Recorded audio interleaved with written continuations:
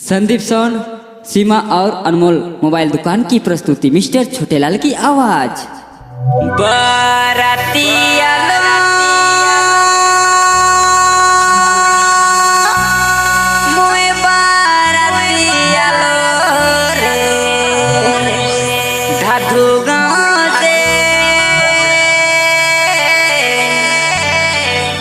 पाकी गालो बाराती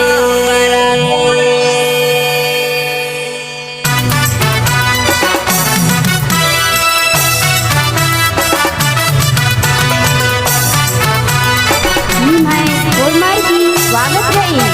अजय स्टूडियो मकैया तारनू।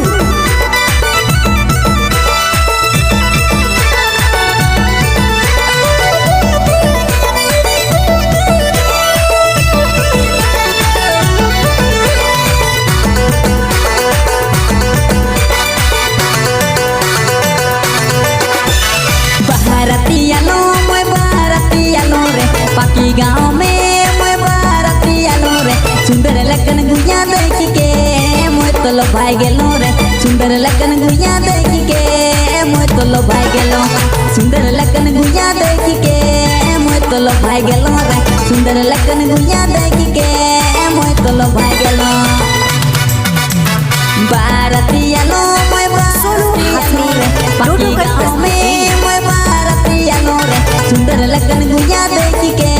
मैं तो लो भाई गेलो रे, सुंदर लगन गुइया देख के मैं तो लो भाई गेलो।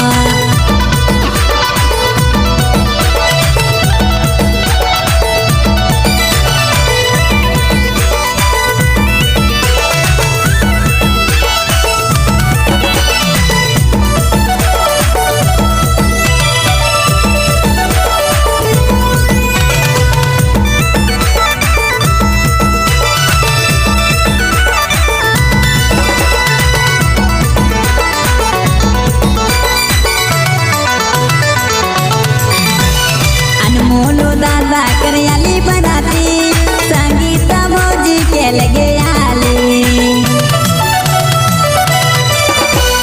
अनमोलो दादा करियाली बनाती संगीता भौजी के प्रस्तुति। बारातिया लो मैं बारातिया लो रे, पाकी गाँव में मैं बारातिया लो रे, चका चक गुइया देख के मैं तो लो भाई गेलो रे, चका चक गुइया देख के मैं तो लो भाई गेलो, चका चक गुइया देख के मैं तो लो भाई गेलो रे, चका चक गुइया देख के मैं तो लो भाई गेलो।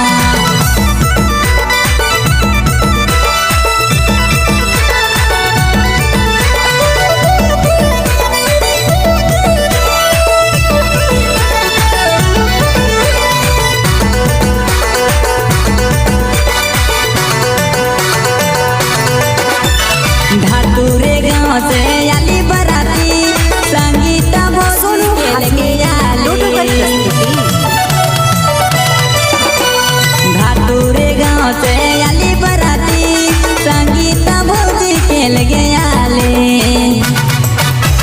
बारातिया लो मैं बारातिया लो रे, धातु गाँव से मैं बारातिया लो रे, चका चक गुइया देख के मैं तो लो भाई गेलो रे, टनाटन गुइया देख के मैं तो लो भाई गेलो, चका चक गुइया देख के मैं तो लो भाई गेलो रे, टनाटन छोड़ी देख के मैं तो लो भाई गेलो।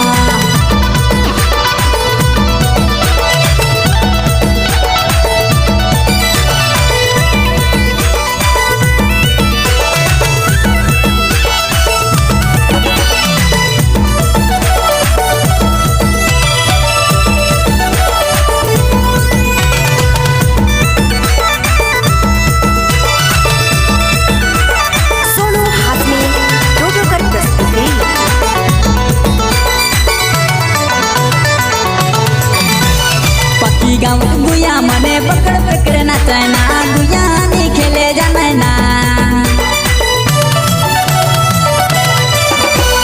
पक्की गाँव के छोड़ी मने पकड़ पकड़ नचना, गुया नहीं नचे जाना। बारातिया लो मैं बारातिया लो रे, पक्की गाँव में मैं बारातिया लो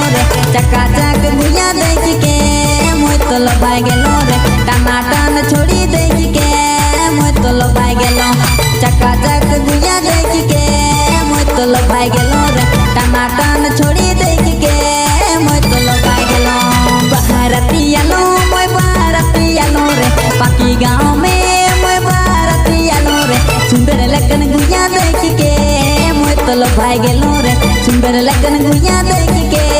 मैं तो लगा गेलो सुंदर लगन गुइया देख के